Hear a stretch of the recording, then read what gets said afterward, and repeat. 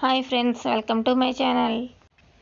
ఈరోజు నేను గుత్తి వంకాయ జీడిపప్పు మసాలా కర్రీ చేస్తున్నానండి. ముందుగా స్టవ్ ఆన్ చేసి కళాయి పెట్టి జీడిపప్పులు, ఒక అర స్పూను జీలకర్ర, 2 స్పూన్లు ధనియాలు, 4 లవంగం మొగ్గలు, అలాగే దాల్చిన చెక్క కొద్దిగా వేసుకొని సువాసన వచ్చేంత వరకు డ్రైగా ఫ్రై చేసుకొని పొడి చేసుకోవాలి. ఇప్పుడు ఉల్లిపాయ, పచ్చిమిర్చి, టమాటా మిక్సీ పెట్టుకొని పేస్ట్ చేసుకుని పక్కన పెట్టుకోవాలి. ఇప్పుడు ఈ ఉల్లిపాయ పేస్ట్లో కొద్దిగా పసుపు, 1 స్పూను కారం,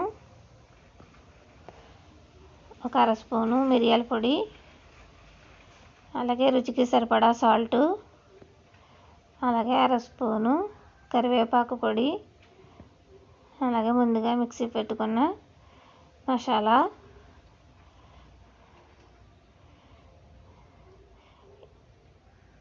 రెండింటిని వేసుకొని బాగా కలుపుకొని పక్కన పెట్టుకోవాలి. ఇప్పుడు వంకాయలు కట్ చేసుకుని పెట్టుకొని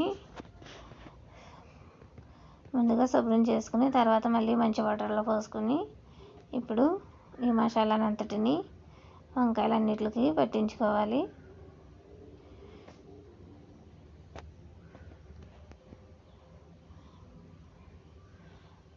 వీడియో స్కిప్ చేయకుండా చివరి వరకు చూడండి. ప్లీజ్ నా ఛానల్ కొత్తగా చూసినట్లయితే సబ్స్క్రైబ్ చేసుకోండి, అలాగే లైక్ చేసి కామెంట్ చేయండి. మీరు సపోర్ట్ చేస్తారని ఆశిస్తున్నాను.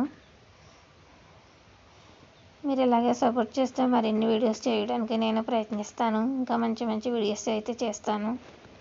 ఇప్పుడు 3 స్పూన్ల ఆయిల్ పోసుకుని ఇందులో వంకాయలన్నీ వేసుకోవాలి. వంకాయలన్నీ వేసుకుని ఇవన్నీ మగ్గేంత వరకు మూత పెట్టుకోవాలి.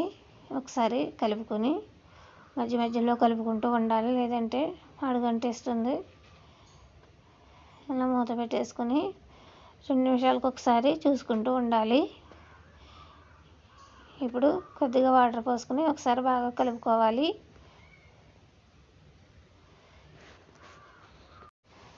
మూత పెట్టేసుకుని ఇంకొక 2 నిమిషాలు ఉంచుదాం. కూర అయితే రెడీ అయిపోతుంది. ఒకసారి మూత తీసి చూద్దాం. వంకాయ ముక్కలు చాలా బాగా ఉడికిపోయాయండి. జీడిపప్పులు కూడా పొడి చేసి వేసాం కదా, టేస్ట్ అయితే చాలా బాగుంటుంది గుత్తి వంకాయ.